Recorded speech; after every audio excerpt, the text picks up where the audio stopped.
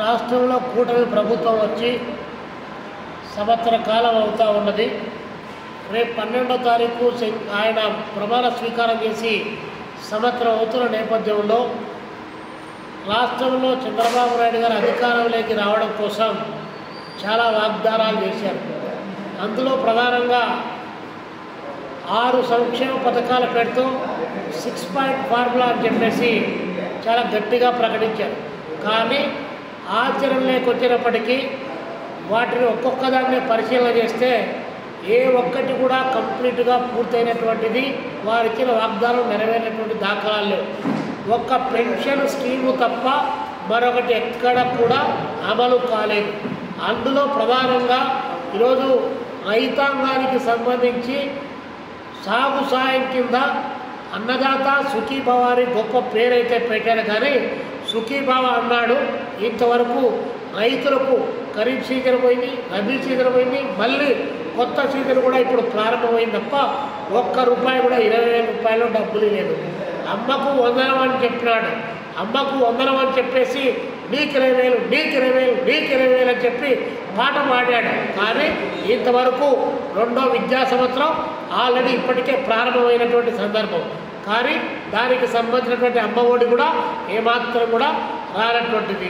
మొత్తం రాష్ట్రంలో ఉన్నటువంటి ఇల్లు లేనటువంటి వాళ్ళందరికీ గ్రామీణ ప్రాంతాల్లో 3 సెంట్లు ఇస్తా, పట్టణ ప్రాంతాల్లో 2 సెంట్లు ఇస్తా, ఇల్లు కట్టుకోవడానికి 4 లక్షలు ఇస్తా అని చెప్పి ప్రకటించాడు. ఇంతవరకు 2 సెంట్లు ఏమైనాయో, 3 సెంట్లు ఏమైనాయో, 4 లక్షల డబ్బులు ఏమైనాయో ఎవరికీ తెలియదు, ఇచ్చిన దాఖలాలు. ఇప్పుడు ఏమైనా గట్టిగా మాట్లాడితే చంద్రబాబు నాయుడు గారు అధికార యంత్రాంగానికి ఇదివరకే ఏమీ ఇల్లు పొందినటువంటి వాళ్లకు మనం చూద్దామని చెప్పేసి అధికార యంత్రాంగం చెప్తా ఉంది. మొన్న 2019 నుంచి 2024 వరకు అధికారంలో ఉన్నటువంటి జగన్మోహన్ రెడ్డి గారు 32 లక్షల మందికి ఇల్లు ఇచ్చాడు. ఆయన స్థలాలు చూపించాడు. సరే కాలనీలు కడతామని చెప్పారు, అవి కూడా అవసాన దశలో ఎక్కడైనా బొమ్మలు అక్కడైనా చందంగా ఉంది. కానీ ఇది కాదు, వాటికంటే భిన్నంగా మేము చేస్తామని చెప్పినటువంటి ఈ చంద్రబాబు నాయుడు గారు ఇప్పుడు ఎంతమందికి ఇల్లు ఇచ్చాడు, ఎంత డబ్బులు కేటాయించాడంటే దానికి ఈరోజు లెక్కలు లేనటువంటి పరిస్థితి మన కళ్ళ ముందు కనిపిస్తూ ఉంది. కాబట్టి చంద్రబాబు నాయుడు గారు ఇచ్చిన 6 హామీల్లో ఏ ఒకటి మహిళలందరికీ గ్యాస్ పథకం ఇస్తారన్నాడు. ఆ గ్యాస్కు సంబంధించిన దాంట్లో 70% గ్యాస్ ఇచ్చారు. ఇంకా 30% మందికి ఆ గ్యాస్ బండిల్స్ రానటువంటి పరిస్థితి ఒకవైపు ఉంది. ఈరోజు మళ్ళీ గ్యాస్ బండిల్తో పాటు మిమ్మల్ని అందరినీ ఉచితంగా బస్సు ఎక్కిస్తా, ఆ బస్సులో మీరు పోయి అమరావతి చూసుకోవచ్చు, విశాఖపట్నం బీచ్లో తిరగచ్చు, లేదా ఇంకొక దేవాలయానికి పోయి మొక్కుకొని రావచ్చని ఆయన మంత్రులు, ఆయన ఎమ్మెల్యేలు అధికారం కావాలన్న ప్రతి వాళ్ళు చాలా పెద్ద ఎత్తున వాగ్దానం చేశారు. అయితే ఇంతవరకు ఉచిత బస్సు కూడా రానటువంటి పరిస్థితి ఉంది. అంటే ఆయన చెప్పిన వాగ్దానాల్లో ఒక పెన్షన్ వినాయిస్తే మిగతాది ఏ ఒక్కట్లేదు. ఈరోజు ఆ పెన్షన్కు, ఈ యొక్క గ్యాస్ బండిల్స్కు, తర్వాత అమ్మ ఒడికి రంధ్రాన్వేషణ చేస్తూ ఉన్నాడు. అక్కడ ఎక్కడెక్కడ కథలు ఉన్నాయి. ఈరోజు విద్యుత్ ఛార్జీల బిల్లు 300 యూనిట్లు దాటి ఆ పైన వచ్చే వాళ్ళకు లేదని చెప్తా ఉన్నాడు. ఏదైనా డొక్కు కారు 4 వీలర్స్ ఉంటే వాళ్ళకు ఆ పథకాలు వర్తించమని చెప్పారు. గతంలో జగన్మోహన్ రెడ్డి గారు ఉన్నప్పుడు ఈ మాటలు మాట్లాడినప్పుడు మీకు ఇప్పుడు ఈ చెప్పేటప్పటికి సిగ్గు ఉందా అని చెప్పి అడగాల్సిన పరిస్థితి ప్రజలంతా ఈ చంద్రబాబు గారికి ఈ అబద్ధాలు చెప్పడం తప్ప రెండో ఏం పని లేదని చెప్పి ప్రజలు భావించేటువంటి స్థితి ఈరోజు రాష్ట్రంలో కొనసాగుతుంది. సంక్షేమము అభివృద్ధి మా 2 కళ్ళు అని చెప్పాడు. పోనీ సంక్షేమము ఇట్లా ఏడుస్తుంది. వాళ్ళే కాదు, మహిళలకేమో మీకు 1500, 18,000, 45 సంవత్సరాలు నిండినటువంటి ప్రతి మహిళను మేము ఆదుకుంటాం, మీరు ఎక్కడికి పోవద్దు, చెల్లెళ్ళు మీరంతా ఇళ్లలో ఉండండి, కంప్యూటర్ ల్యాప్టాప్ తీసుకోండి, అమెరికాలో ఉండే కంపెనీలు మీ దగ్గరికి తీసుకొస్తా, వాటిని నొక్కడం, మీరు జీతాలు వేసుకోవడం చెప్పి చాలా గట్టిగా చెప్పాం. ఎన్నొచ్చాయి పరిశ్రమలు, ఎన్నొచ్చాయి ఐటీ కంపెనీలు, ఎన్ని ఉద్యోగాలు క్రియేట్ అయినాయి. సంవత్సరానికి 4 లక్షల చొప్పున 5 సంవత్సరాల్లో 20 లక్షల మందికి ఉద్యోగాలని చెప్పారు. 20 లక్షల మందికి రేపు 12వ తారీఖు 4 లక్షల ఉద్యోగాలు ఇవ్వాలి. 4 లక్షల ఉద్యోగాలని ఆపసోపాలు పడి కింద పడి పైన పడి లేచి జంబో డిఎస్సీని అర్పించి అంబో డిఎస్సీకి వేస్తే ఆ పరీక్షలు ఇప్పుడు జరుగుతూ ఉన్నాయి. ఆ పరీక్షలు జరగాలి, రిజల్ట్ రావాలి, వాళ్ళకు ఉద్యోగం ఇవ్వాలి. అది ఇచ్చినప్పటికీ ఈ అకాడమిక్ ఇయర్ కూడా ఎక్కడికో వెళ్ళిపోయేటువంటి పరిస్థితి ఈరోజు ఉంది. 4 లక్షల చొప్పున ఉద్యోగాలు వస్తే ఎక్కడ భర్తీ చేసాం? ఎస్సీ పోస్టులు భర్తీ చేసావా? ఎస్సీ పోస్టులు భర్తీ చేసావా? బ్యాక్లాగ్ పోస్టులు భర్తీ చేసావా? రెవెన్యూ శాఖలో, ఆర్థిక శాఖలో, ప్రభుత్వ ఆదాయాన్ని పెంచగలిగిన శాఖల్లో ఎక్కడైనా భర్తీ చేసామంటే ఏ ఒక్కటి భర్తీకి సంబంధించిన నోటిఫికేషన్లే రానటువంటి స్థితి ఈరోజు కళ్ళ ముందు కనిపిస్తుంది. ఉద్యోగం లేకపోతే మీ అందరికీ నిరుద్యోగ భృతి ఇస్తా, 3,000 నిరుద్యోగ భృతి ఇస్తా అని చెప్పి యువకులందరికీ వాగ్దానం చేశాం. సంవత్సరం అయింది. నిరుద్యోగ భృతికి అతి లేదు, గతి లేదు. అప్లికేషన్ తీసుకున్న నాకు లేడు. ఎంప్లాయ్మెంట్ కార్యాలయంలో అలాంటి విధానపరమైన నిర్ణయాలే రాలేదు.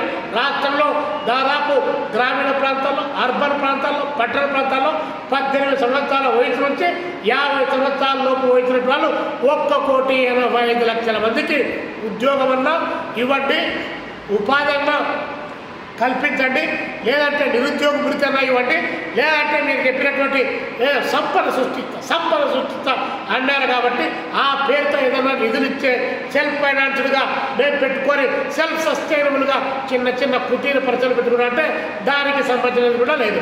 మీరు అనడం, మీ పక్కన పవన్ కళ్యాణ్ గారు పాట పాడడం, ఆయన అట్ట చేస్తా యువతకు సంబంధించి చెప్పి వాగ్దానం చేయడం తప్ప ఏం చేశారు అంట.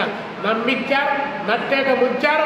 ఈరోజు వాలంటీర్లకు సంబంధించి అంతొద్దులే మీ వీడియోలన్నీ ఒక్కసారి ఎక్కడెక్కడ ఏం మాట్లాడారో, మీరు ప్రకాశం జిల్లా కనిగిరిలో ఏం మాట్లాడారో, కర్నూలు జిల్లా పత్తికొండలో ఏం మాట్లాడారో, విజయవాడలో ఏం మాట్లాడారో, లేకపోతే మీ నిమ్మల రామానాయుడు గారు అక్కడ గోదావరి జిల్లా పాలకొల్లో ఏం మాట్లాడినాడో ఒక్కసారి మీ వీడియోలన్నీ తీయండి. వాలంటీర్లకు 5,000 సరిపోదు, 10,000 ఇస్తాం, మిమ్మల్ని తీసేసే పరిస్థితే లేదు, మిమ్మల్ని ఉంచుకుంటాం, మీలో ఉన్నటువంటి శక్తిని వాడుకుంటామని చెప్పారు. నమ్మించి పాపం వారిని నట్టేట ఉంచారు. 5,000 రూపాయల జీతం కూడా ఇవ్వకుండా వారిని అగుడు పట్టించే పద్ధతిలో తయారైపోయారు.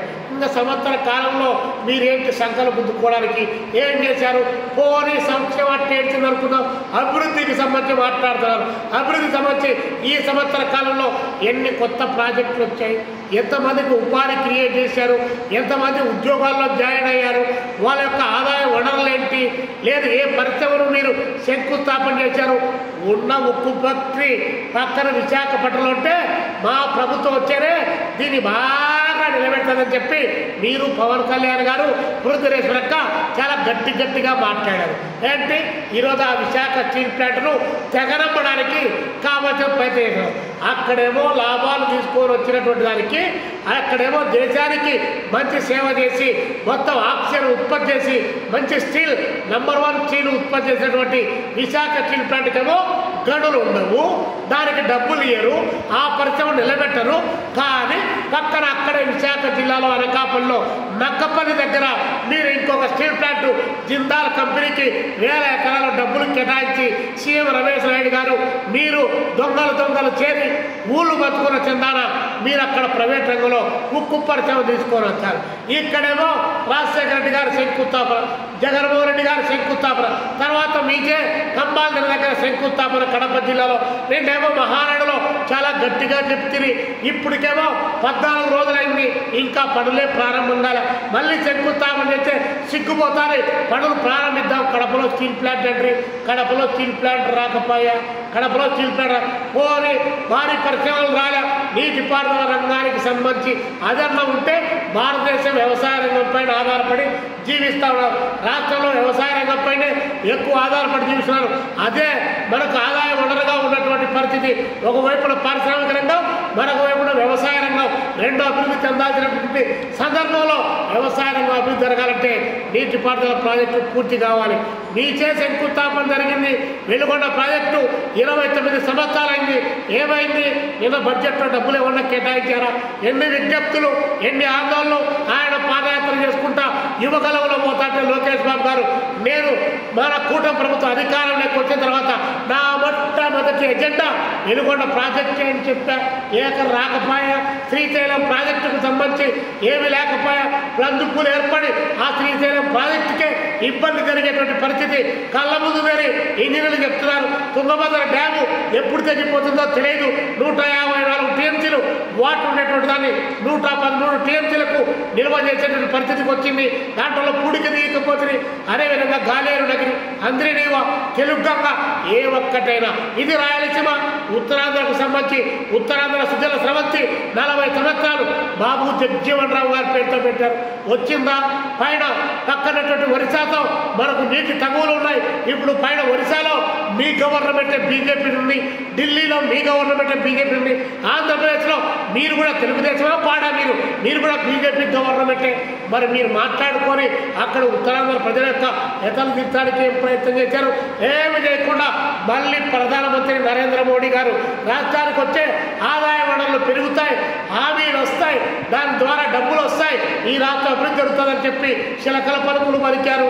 రాష్ట్రానికి సంబంధించి 87,000 కోట్లు రైల్వే రంగంలో డబ్బులు కేటాయించారని చెప్పారు. మరి ఇక్కడ ఉన్నటువంటి అక్కడ కడప నుంచి బెంగళూరు రైల్వే లైను మరి ఎన్ని సంవత్సరాల కాలంగా ఉంది?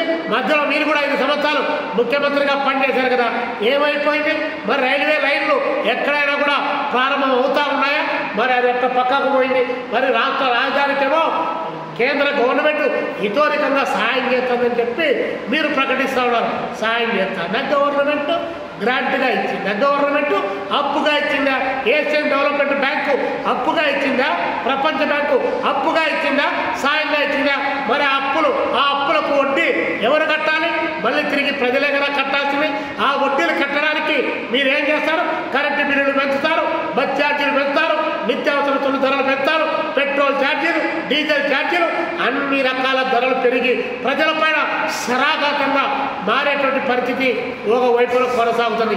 కాబట్టి ఏంటి సంక్షేమం ఎక్కడ, అభివృద్ధి ఎక్కడ, నీటిపారుదల ప్రాజెక్టుల పరిపూర్తి ఎక్కడ, వ్యవసాయ రంగ అభివృద్ధి ఎక్కడ, మీరు చెప్పిన సంక్షేమ పథకాల అమలు ఎక్కడ అంటే ఈరోజు అల్లి కల్లి 0 పైగా మళ్ళీ ఉన్నటువంటి 54,000 ఎకరాలు అమరావతికి సరిపోదని చెప్పి ముందు 38,000 ఎకరాలు ల్యాండ్ పూలింగ్ చేసి మరొక 15,000 ఎకరాలు అక్కడ ప్రభుత్వ భూమిని అసైన్డ్ భూములు తీసుకొని ముందు 54,000 ఎకరాలు ఉంటే 53,000 ఎకరాలు ఉంటే అది సరిపోదని ఇప్పుడు మళ్ళా 44,000 ఎకరాలు 3 పంటలు పండేటువంటి బంగారు పంటలు పండి బంగారాన్ని పండించేటువంటి నల్లరేగడి భూములు శివరామకృష్ణ కమిషన్ చెప్పినా కూడా వినకుండా ఇప్పుడు 1,00,000 ఎకరాలు భూ బ్యాంకు పేరుతో తీసుకొని రియల్ ఎస్టేట్ వ్యాపారం కోసమా?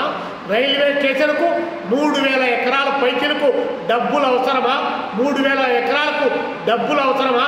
ఈరోజు 7,000, 8,000 ఎకరాలు పెట్టి పక్కన 40 కిలోమీటర్ల దూరంలో గన్నవరం ఎయిర్పోర్ట్ ఉంటే ఆడే విమానాలు ఎగిరి సావడం లేదని జనం అనుకుంటా ఉంటే మళ్ళీ ఇప్పుడు కొత్త ఎయిర్పోర్ట్ పెడతారని చెప్పి ఈయనొక 7,000 ఎకరాలకు కేటాయించి వచ్చేటువంటి యూనివర్సిటీలు వగైరా అవి వస్తాయో రావో ఎవరికి తెలుసు, సస్తాయో లేదో తెలియదు. కానీ ఊరికే ప్రచారం చేసి మొత్తం యూనివర్సిటీలు 8 రకాల యూనివర్సిటీలన్నీ అక్కడే చెప్పి అభివృద్ధి ఒక్క చోట కేంద్రీకరిస్తే what about Rayalaseema, what about Uttarandhra? మళ్ళీ మరొక విభజనోద్యమానికి మీరే నాంది వాచకం పలుకుతున్నారా? వ్యాపార ప్రయోజనాలు వారు కాపాడాల్సింది. పాలక వర్గాలు ఎవరైనా వాగ్దానం చేస్తే మీ ఎన్నికల మేనిఫెస్టో ఏం ప్రకటించింది? అభివృద్ధిని క్రియేట్ చేస్తామని చెప్పారు, ప్రజలకు ఉపాధి కల్పిస్తామని చెప్పారు, మేము అప్పులు చేయమని చెప్పారు. ఈరోజు మీరు చేస్తున్న పని కూడా అప్పులతోనే రాష్ట్రం నడుస్తూ ఉంది. అభివృద్ధిలో రాష్ట్రం కుంటుపడింది, అనేక రంగాల్లో కుంటుపడింది అని చెప్పి కాగు నివేదిక చెప్తున్నాయి. పైగా మీరు కేంద్ర ప్రభుత్వాన్ని మీ భుజాల పైన పెట్టుకొని మోస్తూ ఉన్నారు. 2023, 2024 కాగు నివేదికలు తీయండి. ఆనాడు జగన్మోహన్ రెడ్డి గవర్నమెంట్ ఎంత డబ్బులు కేంద్ర ప్రభుత్వం నుంచి ఎన్ని వేల కోట్లు సాధించింది?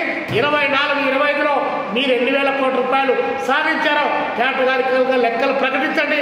మీరు ప్రభుత్వానికి మద్దతు ఇచ్చి మీ నరేంద్ర మోడీ గారిని మీ భుజాల పైన మోస్తూ మీరు ప్రజలకు అన్యాయం చేసి అబద్ధాలు చెప్తారా? మేము కేంద్ర ప్రభుత్వంలో ఉండడం ద్వారానే మనకు ప్రయోజనం దొరుకుతుందని చెప్పి అబద్ధాలు చెప్తారా? ఏ రంగంలో జరుగుతుంది? 17 మెడికల్ కాలేజీలు రాష్ట్రంలో వచ్చే నంద్యాల మెడికల్ కాలేజ్ సీట్ రద్దు చేస్తావు, పులివెందుల మెడికల్ కాలేజ్ సీట్ రద్దు చేస్తావు, మార్కాపురం మెడికల్ కాలేజ్ సీట్ రద్దు చేస్తావు, లేకపోతే అల్లూరు సీతారామరాజులో ఉన్నటువంటి మెడికల్ కాలేజ్ సీట్లు మాకు అవసరం లేదని చెప్తారు. ఏ ప్రభుత్వం అయినా మెడ మీద తలకాయనటువంటి ఏ ప్రభుత్వం అయినా వాటికి కావాల్సిన ఇన్ఫ్రాస్ట్రక్చర్ కోసం డబ్బులు తీసుకొని ఇతరేతర పద్ధతుల్లో ప్రొఫెసర్స్ వారిని వీరిని నియామకం చేసుకొని మెడికల్ కాలేజ్ నిలుపుకుంటారు. కానీ మీరేమో మెడికల్ కాలేజీలో వద్దని చెప్తారు, మేము నిర్వహించాలని చెప్తారు. ఎవరి కోసం? ఆదాని బదాని లాంటి వాళ్ళు మెడికల్ రంగంలోకి వచ్చి మెడికల్ మాఫియా విజృంభించడానికి మీరు లైసెన్సులు మంజూరు చేస్తున్నారా? కాబట్టి ఏడాది పాలనలో ఎంత చెప్పినా తక్కువే. పోనీ ఇంకా ఏదైనా సాధించారు మీరు గొప్ప ప్రగతి అంటే అప్పుడు జగన్మోహన్ రెడ్డి గారు దాడి చేశారు కాబట్టి ఇప్పుడు మీరు దాడి చేస్తున్నారు. ఒకరి మీద ఒకరు దాడులు చేసుకోవడం తప్ప రెండోది మీరు సాధించిన ప్రగతి ఎక్కడ కూడా కనిపించలేదు. సాధించుంటే ఏదో చెప్పండి. ఏ వర్గానికి? ఉద్యోగ వర్గం దగ్గర నుంచి, రైతాంగం దగ్గర నుంచి, విద్యార్థుల ఫీజు రీయింబర్స్మెంట్ దగ్గర నుంచి, అమ్మఒడి దగ్గర నుంచి ఏదో ఒకటి చెప్పండి. మీరు సాధించిన ప్రగతి దాడులు, కక్షలు, కార్పణ్యాలు, అరెస్టులు, జైళ్లకు పంపడం. మీరు చేసిన ప్రగతి సారాయి రేట్లు పెంచడం, సారాయి తాగమని చెప్పి పిలిపివ్వడం. ఇవి కాకుండా వేరొకటి ఏదైనా కూడా రాష్ట్రంలో ఈ అభివృద్ధిని మేము సాధించాం, మేము అప్పులను నివారిస్తున్నాం, ప్రజలపైన భారం వేయలేదని చెప్పి మీరు చెప్పండి. అప్పుడు స్మార్ట్ మీటర్లు పెడితే విమర్శించారు. అప్పుడు స్మార్ట్ మీటర్లు కరెంటు బిల్లు పెడుతున్నాయని గట్టిగా చెప్పారు. ఇప్పుడు స్మార్ట్ మీటర్లు ఏం వెరీ స్మార్ట్గా ఉన్నాయా? ఇప్పుడు ప్రజలపైన భారం పడడం లేదా? ఇప్పుడు కరెంటు ఛార్జీలు పెరగడం లేదా? గగ్గోలు పెడుతున్నారు. 10,000 రూపాయల కరెంటు బిల్లు రావాల్సినటువంటి ఒక ఆసామి ₹1,00,000 కరెంటు బిల్లు వచ్చిందని లబోదిబమని కొట్టుకుంటా ఉన్నారు. ఆ కరెంటు బిల్లులు పెరుగుదల చూపించి ఈరోజు ప్రజలకు అందేటువంటి అరాకొర సంక్షేమ పథకాలు కూడా కోత కోయడానికి కావాల్సినటువంటి ప్రయత్నం చేస్తుంది.